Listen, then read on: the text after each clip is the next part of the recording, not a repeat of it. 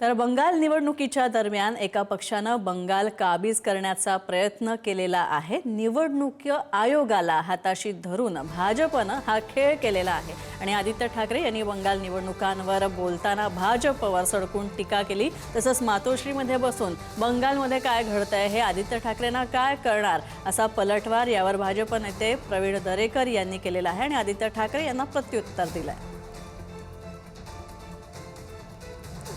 बंगालमध्ये निवडणूक लढली गेली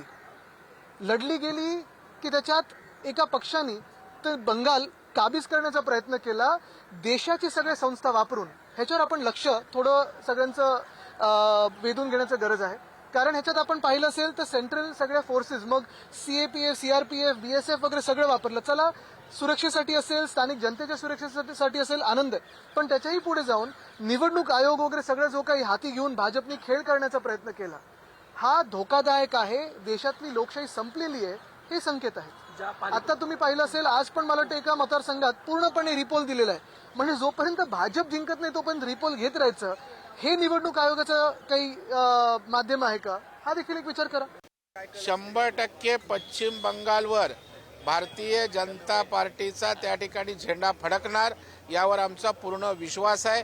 परिवर्तनाची एक जबरदस्त लाट पश्चिम बंगालमध्ये दिसते आणि उद्या त्या प्रत्यक्षदर्शी मतदानातनं दिसून येईल।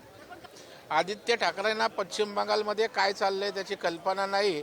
मातोश्रीत बसून त्या ठिकाणी मोठमोठ्या घोषणा वल्गना करण्यामध्ये त्यांचा कोण हात धरू शकत नाही आणि म्हणून पश्चिम बंगालच्या मतदानावर त्यांचं भाष्य आहे। त्यांनी जरा बंगालमध्ये जाऊन एक दिवस समजून घ्यावं तिथे नेमकं काय चाललंय, जनतेच्या मनात काय आहे।